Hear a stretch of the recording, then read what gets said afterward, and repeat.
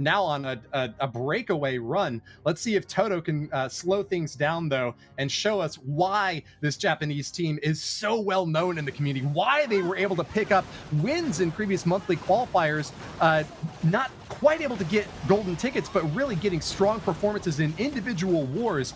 You know, leading into 2021, the team made some roster adjustments and has reached the second round of the World's warm-up in March. But now they are trying to finally cement their positioning as maybe Japan's best with this #1 seed placement, trying to hold strong in the upper bracket.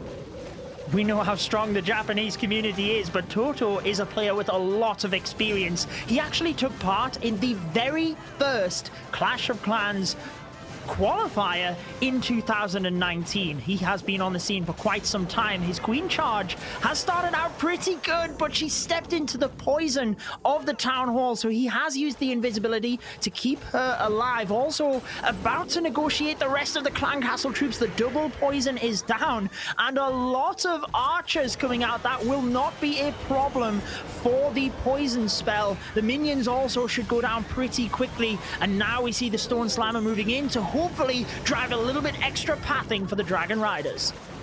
When he was in prep for this war, he shared on Twitter today that he was hungry. He was not ready to just do a line drop of troops. He was ready to prep for the very best of attack of his life.